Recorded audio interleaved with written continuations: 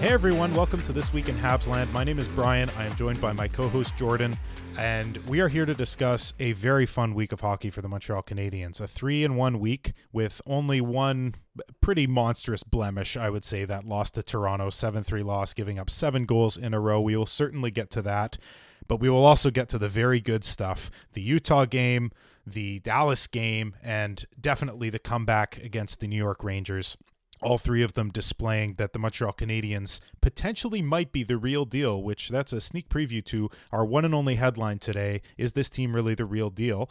And to be honest, I'm not really interested in doing that much preamble because I think we're going to sort of talk about everything related to the team that we would usually do in the intro in that headline. So without further ado, let's get to that headline. Is this the real deal? Are the Montreal Canadiens the real deal now? Is this a team that could possibly get into a playoff spot by the end of this season? I think the answer at this point is unequivocally yes, right? Like they have passed so many of these tests. Like we talked big about this very difficult January that they were going to have in late December, starting with the Florida trip, which, by the way, looking back now with hindsight, we all said like, man, that's a bad omen to be like not even get into the hard part of the stretch, which began with Florida, with the game right before that, which was a blown lead versus Columbus. And we're like, well, if you can't beat Columbus, that's a bad. Right. Columbus has been on its tear, so I think we might want to include Columbus in that little run.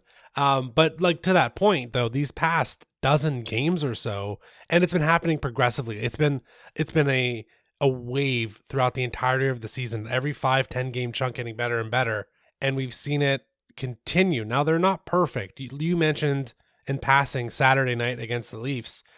There's no way to look at that other than it being a complete debacle. Like there's a ton of issues in that game, second period onwards. But, and like, thankfully, like you mentioned in last week's episode at the top of, we wanted to record this just a little bit later to get that Rangers game in, Brian, and thank goodness we did, because like that was, first of all, hell of a game. Sunday night, Habs Bell Center crowd didn't expect that level of juice. One of the like super just like bringing it. I mean, it's the Rangers. Habs fans always want a little extra something against the Rangers. It's the Kreider factor, but such a, I don't know, like a hell of a bounce back, not only game to game, but within the game also to continually fight back. Everything I've seen over the past month has indicated to me that this is a team capable of making the postseason. I'm not saying that they will, but it's certainly in the cards now. And I'm not going to like change my perception of this year, perspective of this year of like, oh, if they don't make the playoffs, it's a disappointment. No, but yeah, right. We are firmly in the position now, 46 games into the season, of absolutely they can make the playoffs. It is 100% on the table. And that's been really fun to watch. So Brian, let me throw it back to you here, because like the win in Dallas, absolutely incredible. Like great stuff by the team to just step up there halfway through the game and then just push all the way through. The first period against the Leafs, okay, like everyone was feeling good. And then the huge comeback against the Rangers. I don't want to like forget the Utah game in there, but we don't like talking about Utah because of what they did to Emil Heineman. What did you see from this week that is, because you're the one with the headline, right? Is this the real deal, right? What has shifted in, like what's clicked this week for you? We've seen the progression week over week, but what specifically this week was it that like the little light bulb went off in your head and you're like, oh, wait a second, something's changed? It wasn't any one play in particular or anything like that. It really was a switch in mentality for me where at the beginning of the season, last season, all that stuff, I was thinking things could go well if they did this and this and this. And now I'm thinking things can go wrong if this and this and this happens, meaning things are great. The team is playing so darn well that things have to go wrong for them to have a bad game. Perfect example, the game against Toronto. First period, Habs are excellent. They outshoot Toronto almost by double. They're up 3-0 after the first, and Wall was great. Joseph Wall was really good, and they still scored 3 on him, and every line was buzzing. They were rolling 4 lines beautifully, and maybe I want to jump to that very quickly because we give the previous few GMs a really hard time on this podcast. We've done segments about all the mistakes they made and that stuff. One props they deserved, I think, they could construct teams that could roll 4 lines. Not every season.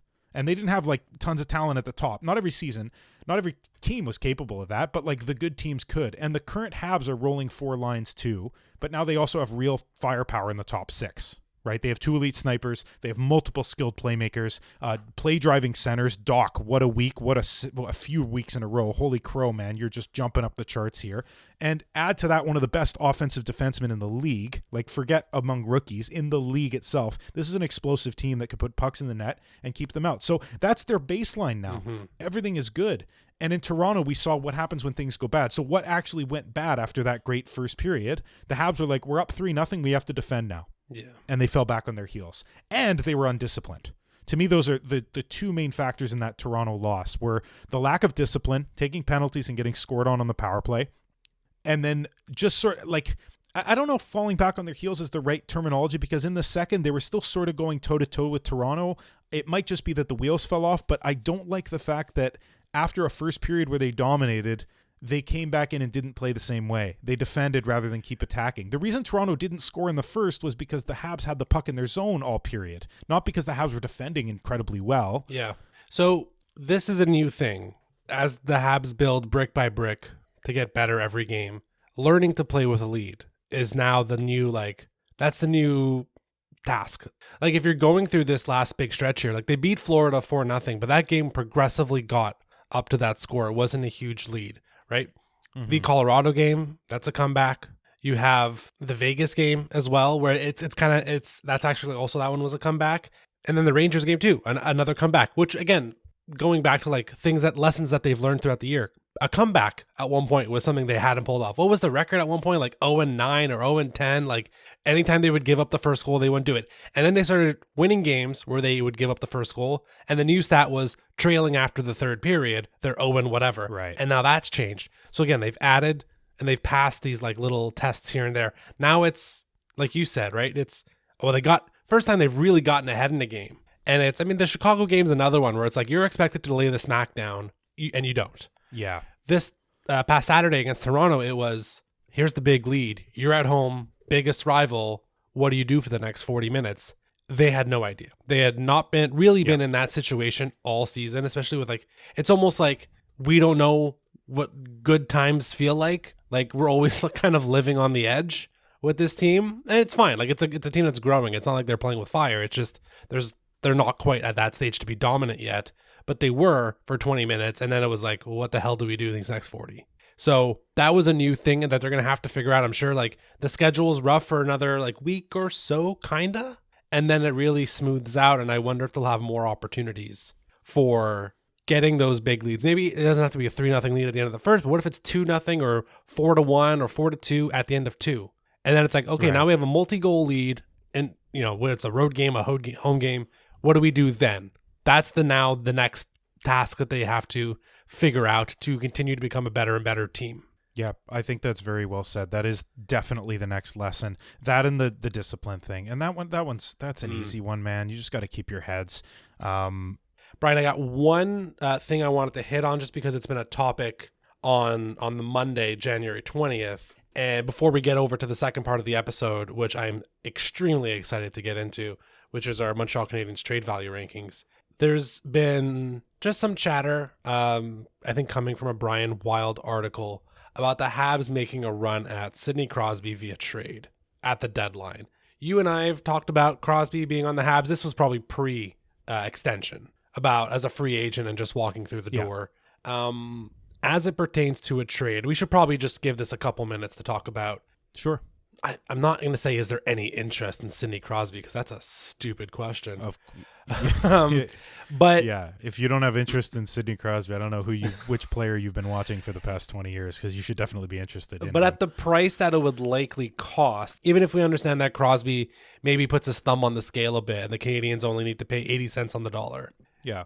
Is that something you'd be interested in terms of like giving up pretty significant value, you would think, for Sidney Crosby to fit onto this team? I would still be interested in it.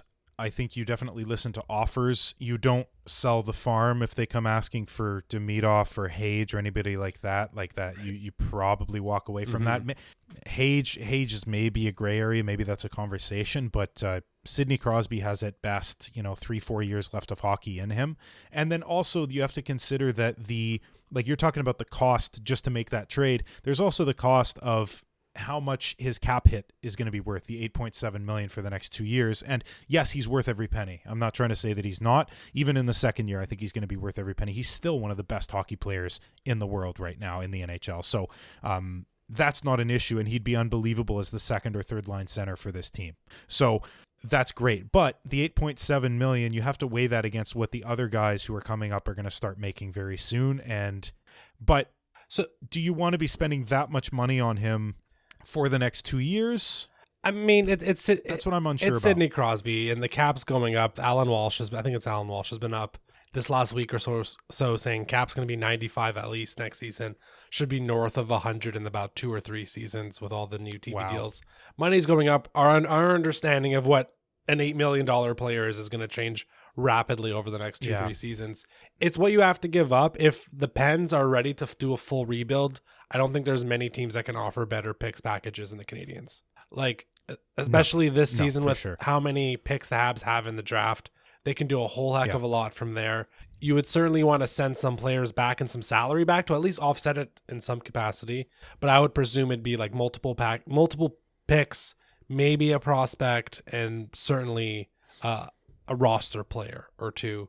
We don't have to get into it anymore. Like, obviously there's interest in Sidney Crosby, but yeah, of course, it's a medium leverage, medium term type of thing. It's a 2 to 3 season adventure. If you put Sid on the team, it would there's only a few guys that if they traded, I would actually like kind of squint and be like, oh, I'm not sure that was right. There's like 6 or 7 players I would not want in that trade, which is actually transitioning us nicely into our next segment. But beyond that, like, there's a bunch of guys where I'll be like, yeah, it's Sidney Crosby. You got to give up something. Yeah, that's very fair. And if they really are starting this rebuild and they have an empty cupboard, it's not like they just require one guy who's incredible. You could probably give one really good player and maybe 3 guys who are going to be decent, and they would be thrilled with that because they need to fill the cupboard not only with quality but with quantity too. So that's an option as well. Before we get to the next segment, which I am very excited about as well, I just want to tie a bow on the Real Deal headline that we've been talking about. I sort of saved this for last because I think it's an important point. 12-3-1 in their last 16. This is the best 16-game stretch that the Canadiens have played in 8 seasons since 2016-2017. They had the exact same run, 12-3-1 at the end of that season, and at the very beginning of that season, they had a 13-2-1 run. And being 7-2-1 in their last 10, only Edmonton is better with 8-2-0. The Habs have the second best record of their last 10 games in the entire NHL. So is this the real deal? If they keep playing like this and getting the results, absolutely this is the real deal. Yeah, they've completely made up for their poor start. It's been washed clean, like it's and then some, right? And it's like they've started adding on it now. Yeah. The early starts out the door, they're on a good roll. With that, Brian, let's hop into the second part of the episode where we're trying to start it earlier because I think this is quickly becoming one of my favorite episodes of the year. It's the second time now we've done it. This is our annual midseason Montreal Canadiens trade value rankings list. So for those that didn't hear it last year, I'm going to just provide a little preamble explanation of what this is. So first of all, credit goes to Bill Simmons for creating this. I'm not stealing his idea without giving him credit. He's done this for ages and ages. Not for the Montreal Canadiens. He does it, I think, more widely for other sports, but credit due. So what this is a ranking of players on the Montreal Canadiens within the organization. So not just on the Habs, but at the Rocket, the prospects, and you rank them based on their value.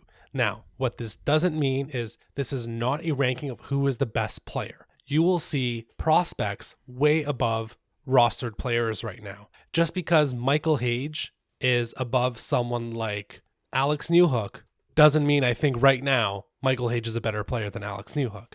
He's not. Right. But what it means is I believe he has more value. The thought process would be if I have someone ranked at number 5 versus someone ranked at number 10, I would in a heartbeat trade 10 for 5, right? So if we're doing an example for this would be, I think I've done this in the past, right? If we're doing like league wide, like Connor McDavid is number 1 on this list, right? And if you go down to like, let's say number 10 is Alex Barkov, maybe that's a bit high, but I think that's probably a good value. I think in a heartbeat, you remove the emotion from it. You make that trade Barkov for McDavid. You don't trade McDavid for Barkov. That's what we're doing here. So what we're taking into account obviously is the quality of the player, but also age is a really important factor, certainly. The contract that they're under, is it long-term? Are they an expiring contract? How much are they getting paid every year? So someone like Josh Anderson or Brendan Gallagher, while they are actually having decent seasons this year, the weight of those extra years in their high salary brings them down on this list. What is the status of their free agency once their contract ends? Are they RFA? Are they restricted free agents like someone like Arbor Jacki, who's going to need a new contract rather soon? He's going to still be restricted, whereas Jake Evans, who's one of the big question marks on this list, is an unrestricted free agent, which means you have a little less value with that, right? You're going to lose some points if you're on an unrestricted player. What I tried to do with this list is I've separated it into 7 different tiers. Last year, I believe I did 10 tiers. Tried to have a few less this season. Okay, that is my preamble. Brian, did I miss anything? No, I don't think so. I think that was a very good sort of assessment of what we're trying to do here. The one thing I might add is just like floor and ceiling. A lot of these discussions are going to be based on like high floor versus high ceiling. So two players who right now are maybe at the same stage of their development, look very similar, something like that, but one of them has a higher floor, they might be valued higher. Even if the other one maybe is having a better season right now, we're trying not to look at like a very small window. We're trying to look at their whole careers, what they're going to do in the future, and what value they might have to somebody trading for them. So yeah, beyond that, I think you summed it up perfectly. Yeah, and the purpose of this list is really to figure out organizationally, where do you have value? Where do you have quality when you're trying to look forward a year, saying, oh, we actually realize we need this. Like last year when we did the exercise, Nick Suzuki was number 1, Kirby Dach was number 3, and there was a rather big drop off until we got to the next center, which I believe might have been, I think we had Owen Beck was at 18 and Christian Dvorak was at 20. So that's a pretty big drop off from your top 2 centers to your next centers in the organization. So that's part of it. Yeah. It's just an understanding and gauging where we kind of see different players. So turning the page over from last year, we had 6 players that are no longer on the team. So they're obviously been removed. 3 of them that are inside the top 20. Sean Monahan was 10th. Justin Barron was 12th. And I will say previous iteration of this, before Barron was traded, had him in the 20s. So he had fallen considerably. But at this time last year, and I tend to update this twice a year, halfway through the season and then in the offseason, Barron had fallen in the past year. Jonathan Kovacevic was the other guy. He was at 15. He's obviously not on the team anymore. Jake Allen, Jordan Harris, Tanner Pearson, other guys off the list. Let's get into tier 7. And with that, I will mention players who are no longer ranked. I don't have any honorable mentions, but I will mention some notable omissions. I don't know if that's just semantics. No longer ranked is Christian Dvorak, Caden Primo, Sean Farrell, Josh Anderson, Raphael Harvey-Pinard, and Riley Kidney. I should also mention this is a top 35. Why 35? Because last year I stopped at 32 and I had 3 honorable mentions. It rounds nicely into a 35. That's what we're going with again this season. So those are the guys that just got cut. Tier 7. So this is number 30 through number 35. Tier 7 is called If You Agree Now, We'll Add Him for No Additional Cost. So in reverse order, number 35, Jared Davidson. Number 34, Atos Koivu. Number 33, Owen Protz. Number 32, Philip Eriksson. 31, Yevgeny Volokin. And 30, Florian Jacki. So Brian, obviously just all the C-level prospects, if I'm being honest, that the Canadiens have. Yep, that's fair. What jumps out to you in this tier? And you can also include players that did not make the cut. I will say Lucas Condotta, Sean Farrell, and Vincent Rohr were kind of my notable omissions of you know what, I don't think I really wanted to get Jared Davidson in there. Thoughts on the tier 7 and players who may have just missed it? So I'll start with the players who just missed it. I think you're correct about those. I wouldn't have shot any of those guys up above any of the ones who did make tier 7. My one caveat, I would put Volokin higher, but that's it's so minute at that point. He would go 31 to 30 and he would not jump up into 27 through 29 or any of the higher tiers. Maybe tier 5 because there's similar types of players, but all those guys have shown more. When we get there, everybody it'll sort of sink in what I'm saying. But I like Volokin a lot. I think he's going to be a great goaltender. The fact that he's in the 30s just shows the incredible depth that this organization has right now, I believe. Owen Protz, Atos Koivu, they're all very young. They're still 18 years old, so it's still very hard to see what their ceiling is, what their floor is, all of that stuff. I think they're in the right place. Florian's in the right place. Davidson, I'm happy with this tier. No notes. So if I can add a couple points here. So on Volokin, if people look at his numbers, look, it's KHL games. Unless your name's Ivan Demidov, I ain't seeing no KHL tape from you. What I've understood about Volikin is his numbers this year are quite poor. Now as I understand it, he's on loan to Sochi, and I'm sure a bunch of Habs fans remember tracking that Sochi team 2 years ago in Matvei Michkov's draft eligible season. That's a bad hockey club, and it remains to be a bad hockey club. So I wouldn't judge his numbers too closely there. He's still 19, turning 20 in a couple months. So there's still a ton of time there. He was one guy who I think at one point was like, oh, he was 34, 35, then up to 32, and I finished him at 31. So I agree, like, that is a guy to keep your eye on. There's also a bit of a factor of like, well, does he ever come over? Especially if he's looking at the fact of like, well, Fowler and Dobesh at this point, and even Montembeault, like those are three guys that are ahead of him for at least the next season, at least one more season, if not two more seasons. Those guys will be ahead of him. We'll see. Yeah. Atos Koivu, very quiet so far, but he is still 18 until June. He has a fairly late birthday, young. So not overly concerned with that. I had Philip Eriksson at 32. He was a very late addition into my board. Like, yeah, it could have put Tyler Thorpe in there. It could have put Logan Sawyer. Like, it's kind of a poo-poo platter of prospects that you could have put a few different guys in, wouldn't have made much of a difference. And yeah, Jared Davidson at 35. So all prospects with the exception of Jacky and Davidson, who will both be RFAs at the end of their contract. So not much lost value there. With that, let's move up into what I believe is, well, it's tied for our smallest tier. It's tier 6. It's called Bargain Hunters.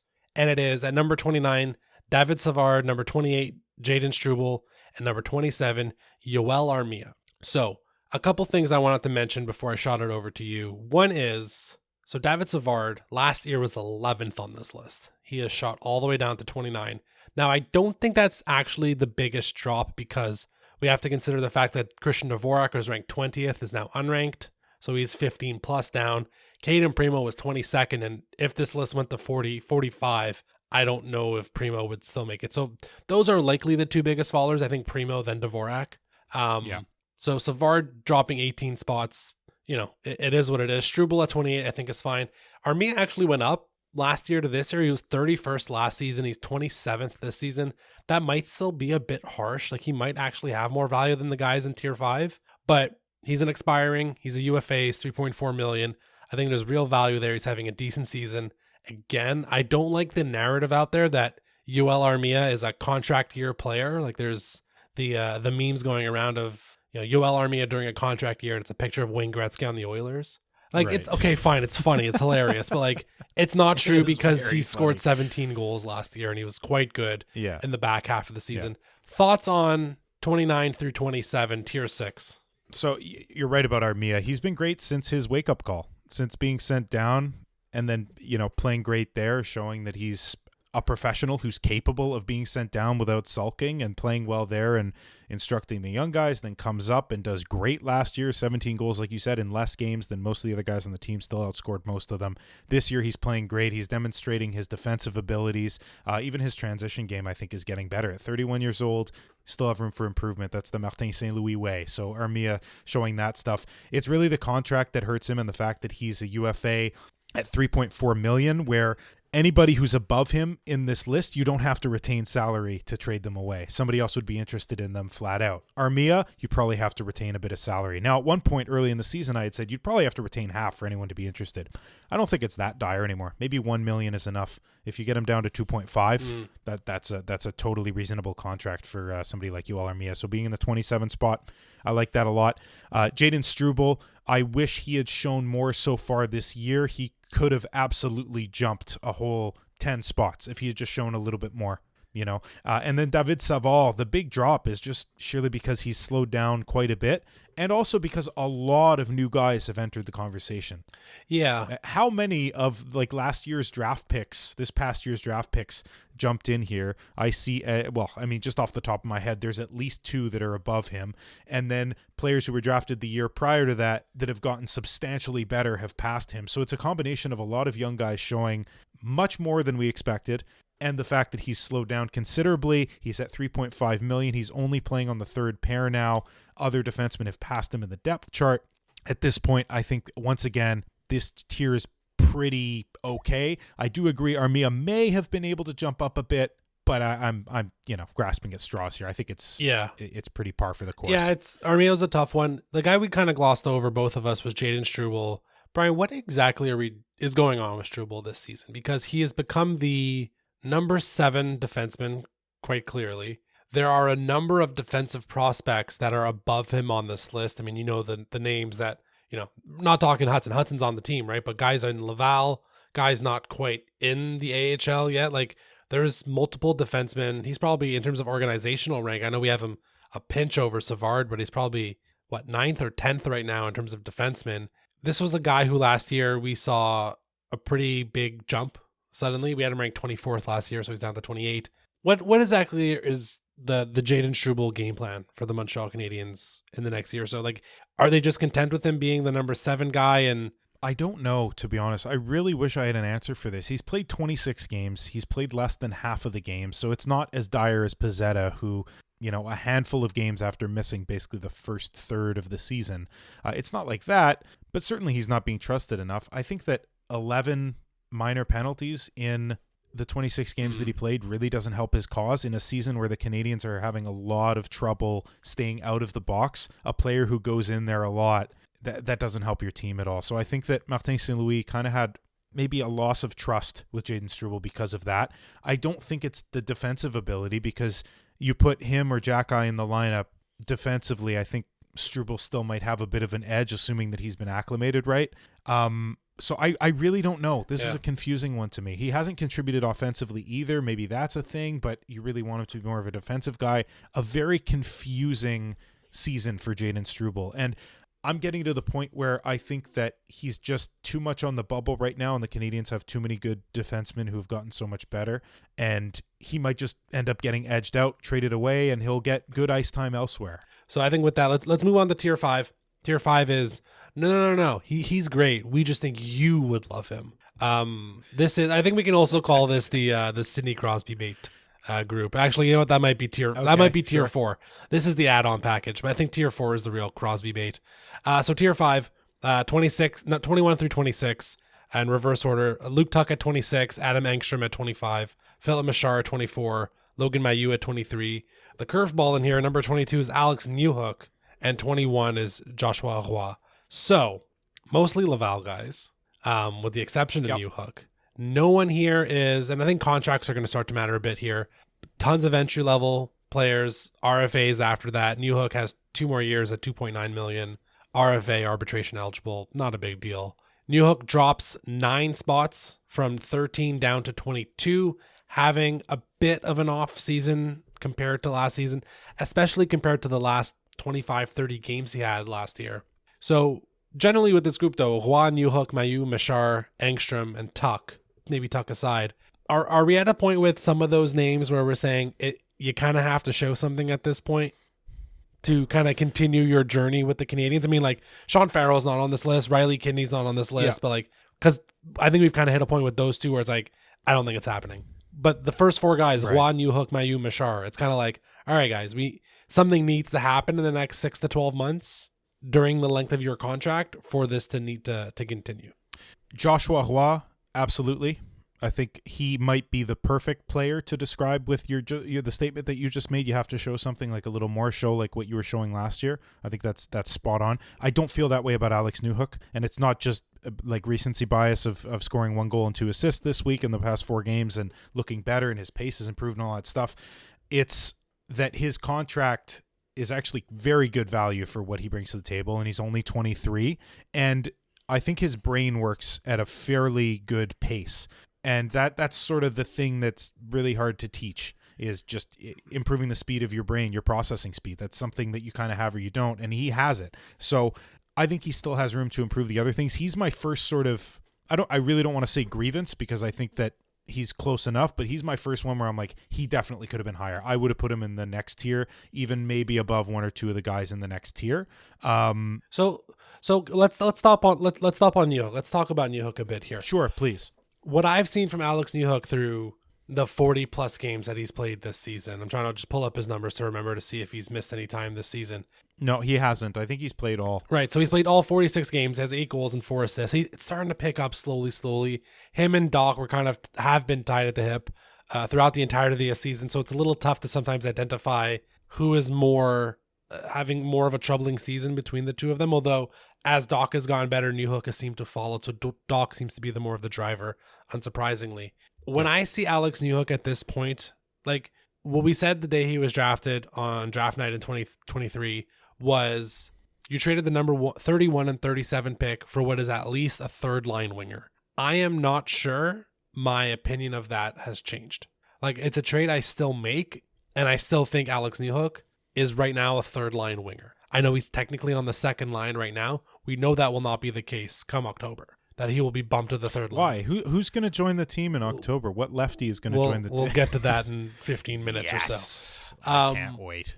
So I'm still of the opinion of like it's I don't know. Maybe this is my own like bias creeping up on me, the way I like treat those 20 great games Kirby Dach had before he got hurt in 2023, and now with like those last 25 games with Alex Newhook was at center and doing really cool things and having a very well-rounded game at the end of the 2024 season.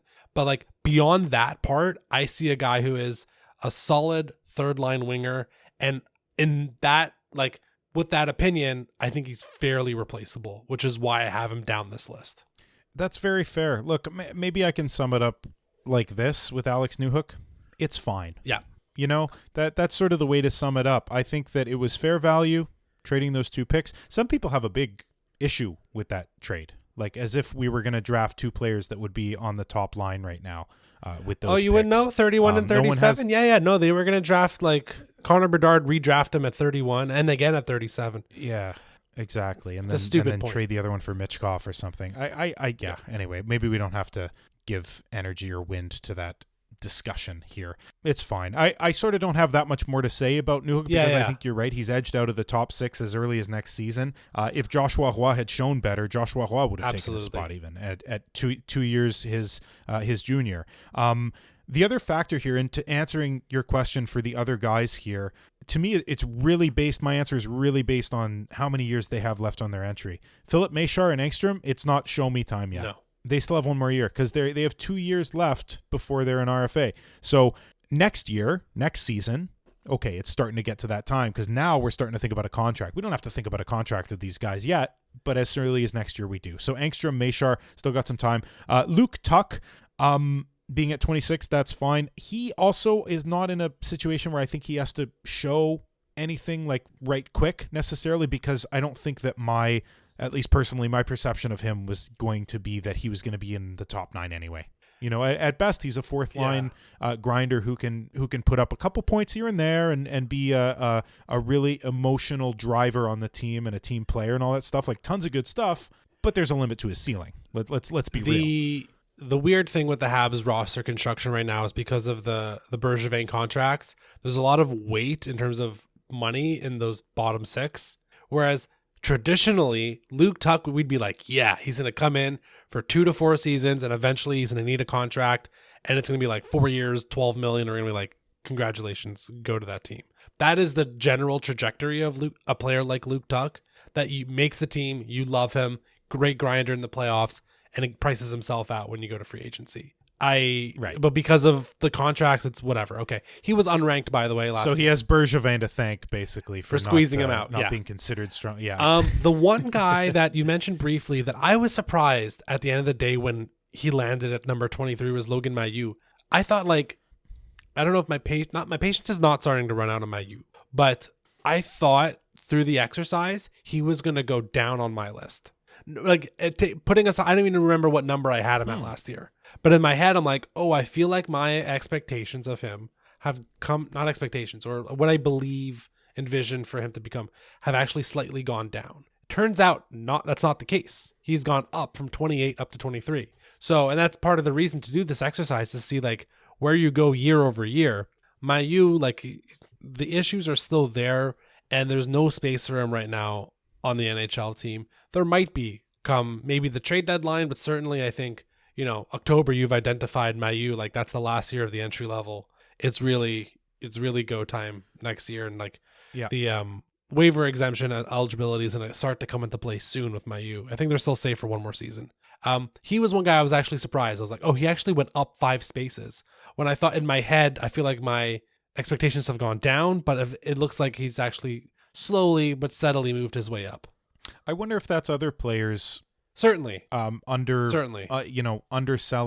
But look, like, to get back to Mailloux specifically, to me, he's just sort of plateaued, like points wise, very similar to last year in terms of his pace. I don't have to go through the math of it, but it's very, very similar. So offensively, you'd think that he would have jumped, because defensively, he hasn't jumped that much. And that's really the thing that I wanted to see from Mailloux this year, to be like, no, I could play in the NHL. I'm good enough defensively to be in the NHL and not be a detriment and not be at minus whatever after a certain amount of games.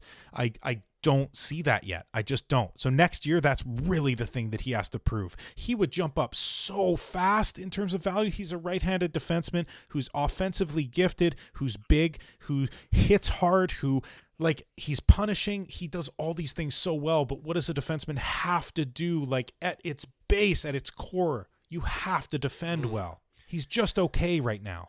And I would love to see that improve, because he would have so much value for this team, and we would love to have him on the team if he was capable of that. But right now, the way that the defense of the Montreal Canadiens are playing, like the rostered guys, the 6 that are in the lineup night in, night out, they've been fantastic. So comparing that to what Mailloux would bring to the table, there's a big gap there. Yeah, I get that. So I think that's a fair spot for him. I think that's a fair spot. Last thing, Philip Michard, 24, has gone down a few spots from last season. Just a bummer of an injury he got early in the year. He was off to a rockin' start in Laval, pun intended. And since coming back from injury, he has not quite found the same speed yet. And so it's a holding pattern with Michard. His CHL career was not a little odd, was very odd. And I feel like he was a guy who was just ready to go pro and get to the Laval Rocket. And we'll see.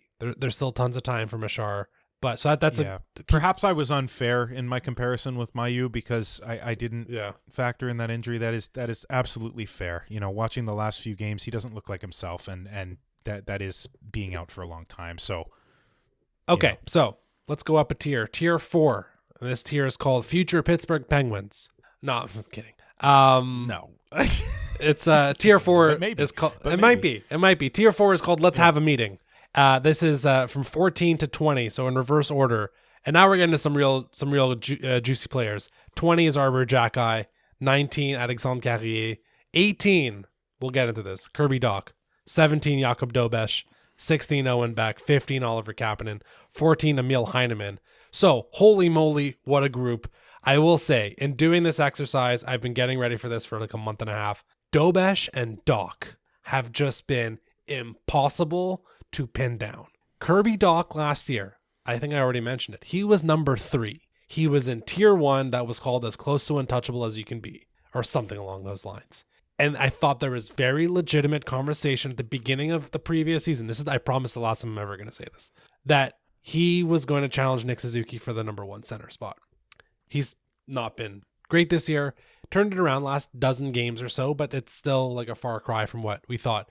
Jakob Dobesch, on the other hand, was ranked number 34. He was one of my 3 honorable mentions last year. And then these first 5 games, and he's just setting the world on fire, making game-saving stops in overtime.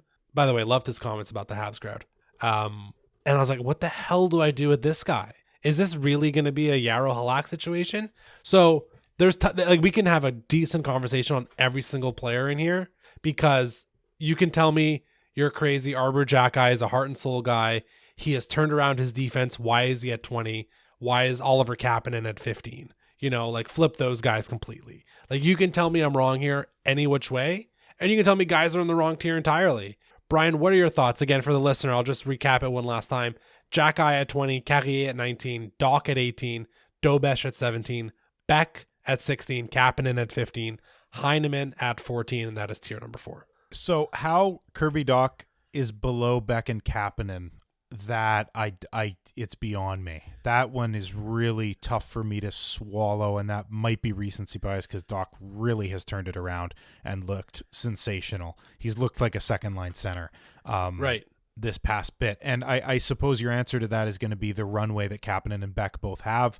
But my counter to your counter would be that Doc's ceiling is still higher than Owen Beck's and still higher than Oliver Kapanen's. Like, Kirby Dach is showing his ceiling currently as a second-line center.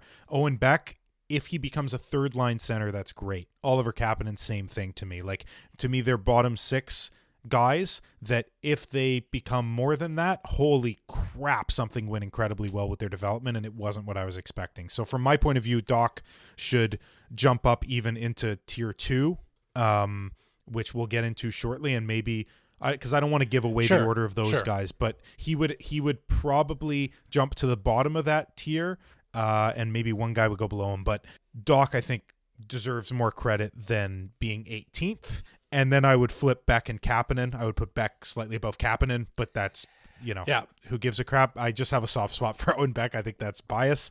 But Dach at 18, please explain this. So just on Kapanen, this is our last mea culpa on Oliver Kapanen. He was not ranked last year.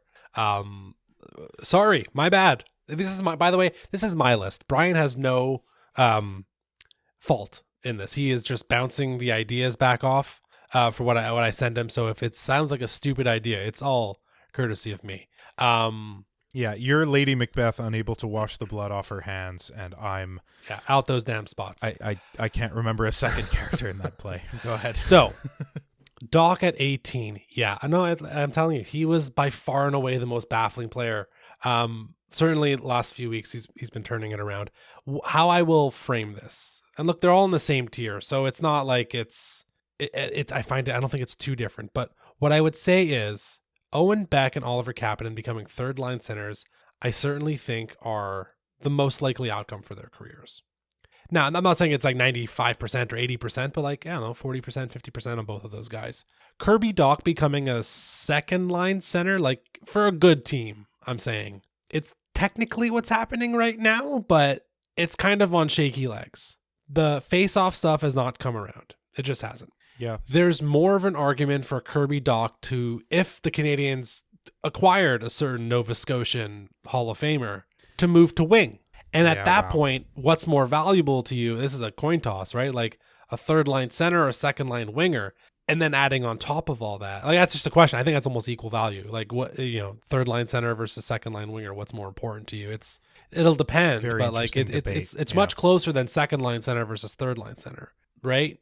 So if you're losing that positional value from Dach, like that's what I'm trying to say. And the last bit is like Dach is one more year on that contract at $3.6 million. Then he's an RFA with arbitration rights, and then he's UFA after that. Like, so your runway with Dach, it's not only in terms of development, it's in terms of like controlled contract time, in terms of how many more years you can like realistically not have to make. Like, you're kicking the can down the road a little bit with him compared to the other guys. You're not able to do it as much. Whereas with Beck and Kapanen, you have those years of development, but more importantly, you have those years of contract control. You don't have that really with Kirby Dach going forward. So that's what brings Dach down a little bit. I know we haven't gone to Jake Evans yet, and Jake Evans could be the other side of this argument. But Evans is a bit higher up on this list. Maybe that's the guy you're kind of referring to of like, well, I think Kirby Dach and Evans might need to be like in the same line together. Or maybe even you would still have Dach. It sounds like you'd have Dach bordering on the top 10. Above Evans. Bordering on top 10, but he would probably be 11th in my mind. Maybe 10th. Because actually, the guy I was referring to is one of the bubble stars you have higher up that would drop me, but semantics. Okay, very well said, very fair. I was seeing his contract as a benefit, the 3.65, because that's not what a second line center makes when they're playing the way he's played this past week. Like, he had 3 beautiful goals this week. But it probably recency bias. Had we done this a month ago, I'd be agreeing with you wholeheartedly and going, I hope he's 18th. I hope he can still show stuff, because he didn't show that at the beginning of the year. He has turned it around beautifully. Yeah, I think that's great.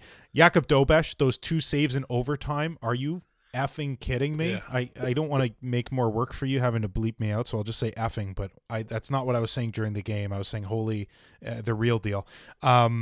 The glove save, then coming across for the pad save right in a row, giving his team the energy, saving that game and allowing them to win the New York game. Unbelievable. 5 straight wins, the shutout in his first game.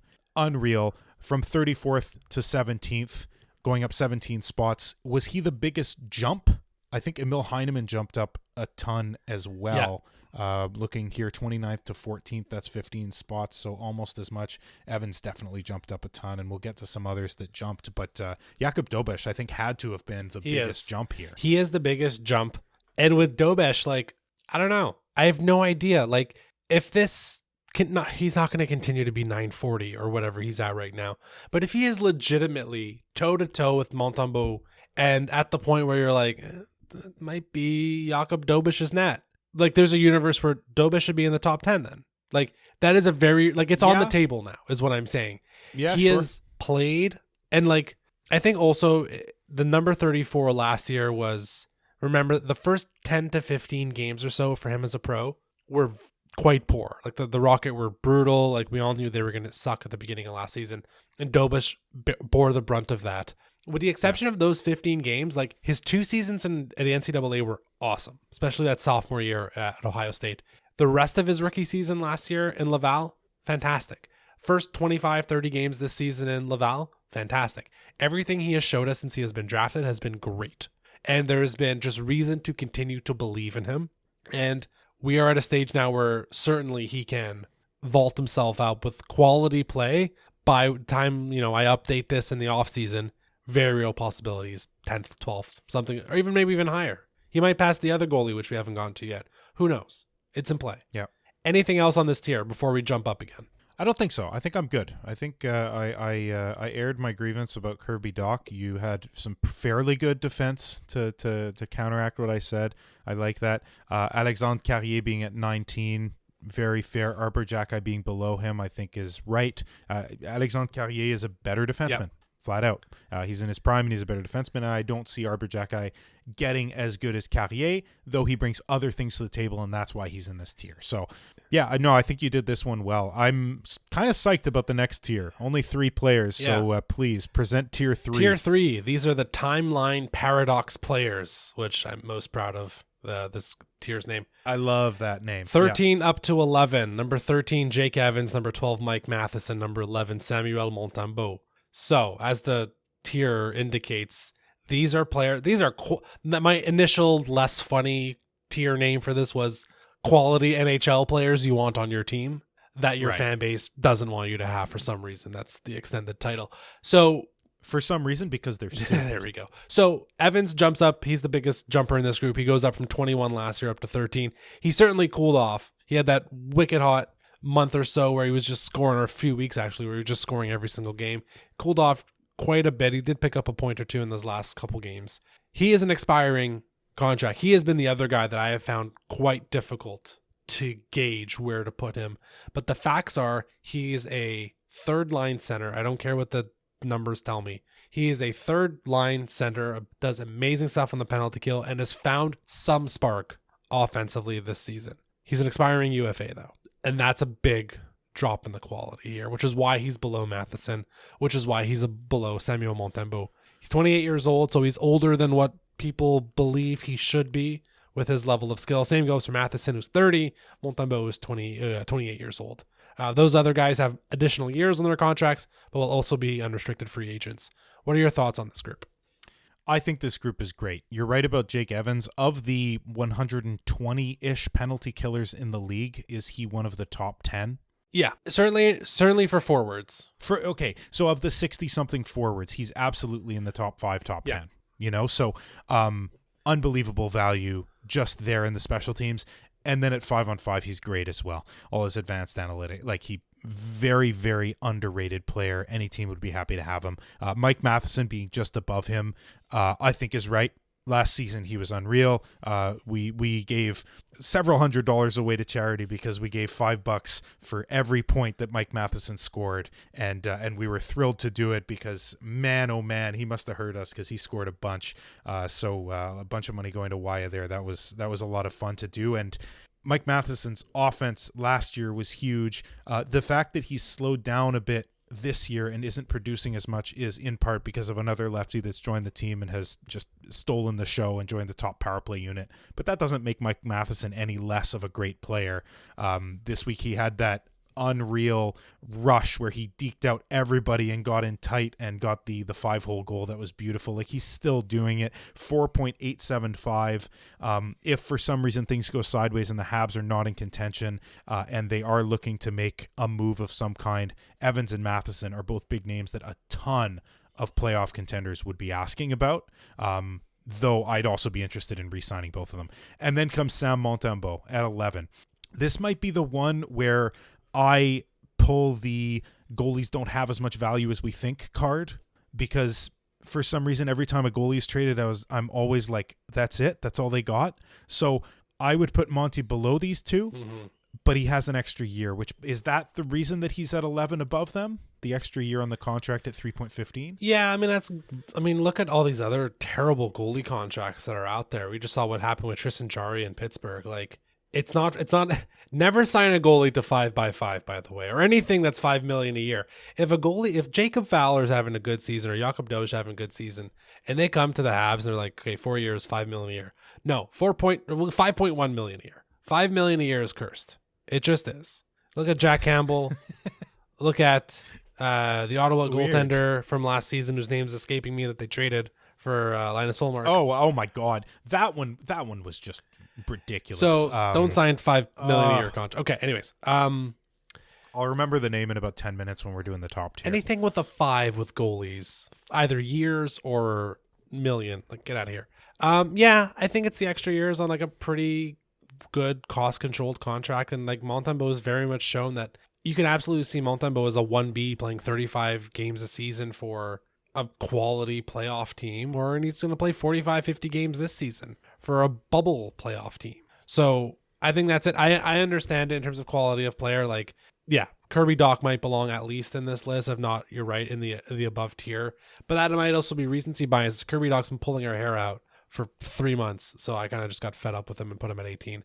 And with this group, Evans is a tough one. Fair. Matheson, 1 point on him, and I saw this stat, is while his production has fallen overall, you look at his points this year to last year, his primary assist rate at 5-on-5 is the exact same as it was last year. That makes sense. So yeah. Like, he's scoring at a slightly less rate. His secondary assist, which is like all funny money, really, secondary assist, it's like just whatever. That's down quite substantially at 5-on-5, but his primary assist rate at 5-on-5 remains the same. Obviously power play, second wave now, it's completely different. He's not getting all those bonus points. So that's part of the reason why the jump is down and just overall points production. Anything else on these three players, 11 through 13, Montembeault, Matheson, and Evans? No, I'm good on the timeline paradox, underrated. Love these Let's guys. Let's go to the big boys. Yeah. All right. Tier 2, the bubble stars. I'll get into why I called it that in a second. In reverse order, number 10, Patrick Laine. Number 9, Michael Hage. Number 8, David Reinbacher. 7, Jacob Fowler. 6, Caden Gooley. 5, Juraj Slafkovsky. And potentially, we might have a fight on this one. Number 4, Cole Caulfield. Not in tier 1.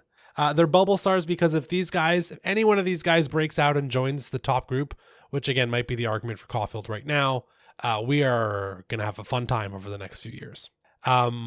Thoughts? Like, just what jumps out to you the most? Fowler's the biggest jump in this, by the way. He's up 9 spots from last year. He's at 16, up to 7. Obviously, Hage and Laine, unranked last year, weren't on the in the organization. What I'm about to say is going to sound very unfair, but Reinbacher is too high.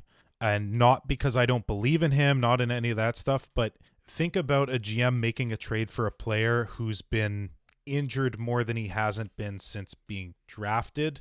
Has he been?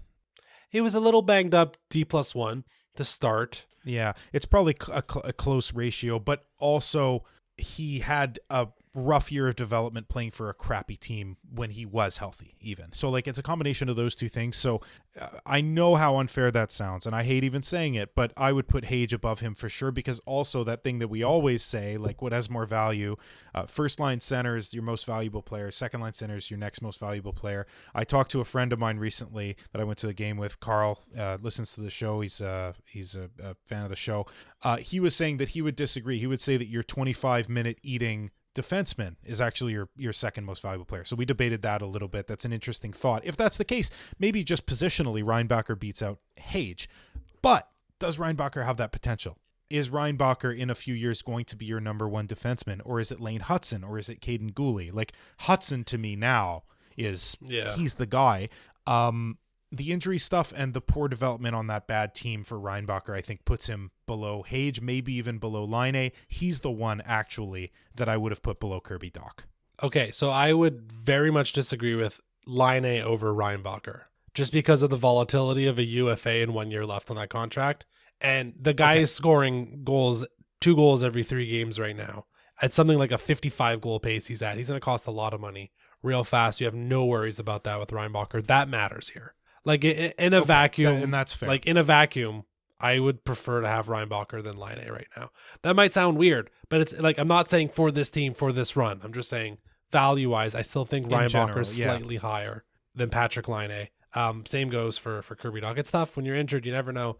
Maybe this is the same mistake I'm making that I made with Kirby Dach, holding him too high maybe for a bit too long. But I'll keep the value. He is technically down 1 spot. Reinbacher was 7th last year, is 8th this season. A 25 minutes per game, and he's on the right side of the defense. That's very valuable stuff. What we saw to Reinbacher in those 15 or so games in the Val last year, immediately thought, yeah, he's going to be fine. There's some stuff to work out, but yeah, he's going to be fine. You've cloned Caden Gooley, but he's on the right side, and that's just an absolute murder row. To have him and Gooley, and now you have Carrier, and then like you have Hudson. Like before all said, you're like, that's looking pretty mean. I'm fine with Laine at 10. Because of that value. So this is a slight flip last year. I had Caden Gooley at 4, Slav at 5. Now I have Slav at 5, Gooley down to 6. But really all I did was flip those two guys because, not to spoil it, but Demidov came and bumped everybody down a couple spots. Thoughts on Slav over Gooley? It's very tight. Like that's one of the closest ones to me. Like ask me next Tuesday and I'm going to flip it back. Like I will change my mind on who is like, again, quote unquote, more valuable between Juraj Slafkovsky and Caden Gooley. Gooley's, by the way, turned it on. Goal and 5 assists, I believe, in his last 12 games. Something like a +3 or a +4. Turns out playing on your natural side does wonders for your offense. Thoughts on him? I'm saving Caulfield for the end here. Anything about Slav and Gooley? They're in the proper order. Slav has more value than Gooley because he's tied up longer, and they're both on fair contracts. Yeah. Let's just say that flat out. 6 times 5.5 for Caden Gooley, so 6 years at 5.5 and 8 years at 7.75. Both of those are fair contracts. If they hit their ceilings, these are hilariously low value contracts, and that to me is the distinguishing factor between these two. Slafkovsky's ceiling is still monstrously high, and he's got 2 extra years of runway to go. At 2 or 3 even. Gooley's 23. Yeah, he is 22. 3 more years older than him. The age will somewhat vary based on like what month you were born and then your draft year, but he's 3 draft seasons older than him. So D+3 compared to Juraj Slafkovsky.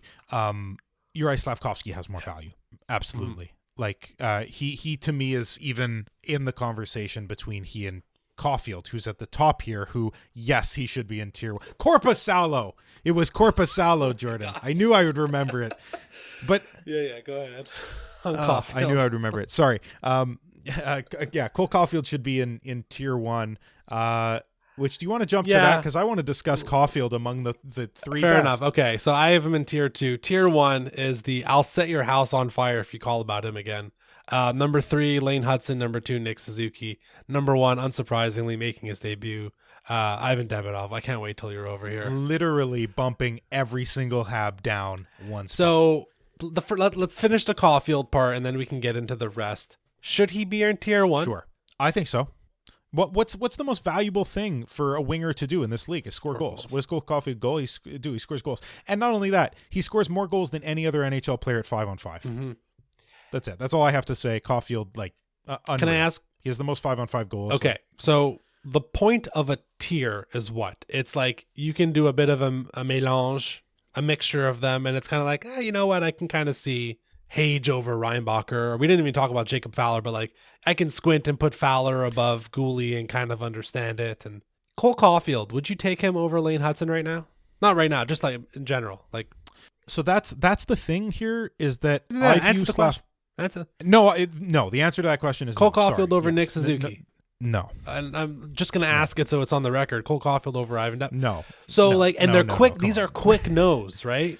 These are quick no's, of course. Well, the Suzuki one took me a few seconds, but so maybe what it is to me, yeah. what I was going to say, it's Slav and Caulfield in their own tier. Yeah. But then then it becomes, we're going to have 8 tiers for a conversation about 35 guys. Maybe that's too many tiers. So maybe that's what did it for you. But to me, those two are a cut above Gooley, Fowler, Reinbacher, Hage, Line A. Like, fair enough. What Caulfield's doing this season and what he should do for the rest of his career is be one of the best Montreal Canadiens goal scorers of all time. And to me, that's more than a bubble star. That is a star. So him and Slav, it's tough. Maybe is it semantics? What? I've been trying to think like maybe he should be like in his own tier by himself. Like tier 1B is Cole Caulfield. But by that logic, I would put Ivan Demidov in his own sub tier as well. Yeah, maybe. So forget it. Whatever. Caulfield is right at the edge. He's a cusper between tier 1 and tier 2, but nonetheless. So thoughts on tier 1?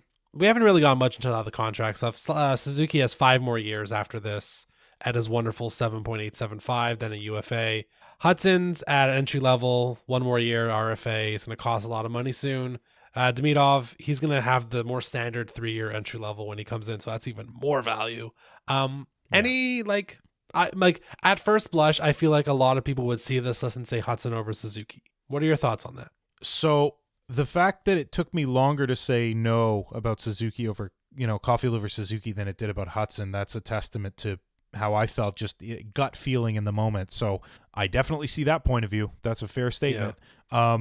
The fact that, and I think it was last week, you talked about Suzuki and the reason that, it was last week because it was the 3 stars. The reason that you had Suzuki above Hudson, if I remember correct, was the fact that Suzuki does all these things that aren't flashy and he does them unbelievably well, and he's going to keep doing them his whole career and have so much value that you don't actually see. Oh yeah, and by the way, he's also a point per game player. So it's not just that he's an amazing defensive guy, good in transition. He's not Jake Evans. He's scoring at a ridiculous clip, and he's also incredible defensively and just a smart hockey player and a brilliant leader. So Suzuki and Hudson, that is such a hard debate. That is the hardest debate in this entire list to me, because you're definitely right. Demidov is number 1 with a bullet. He could be in his own tier. It's the fact that he's a prospect and he's almost free for 3 more years.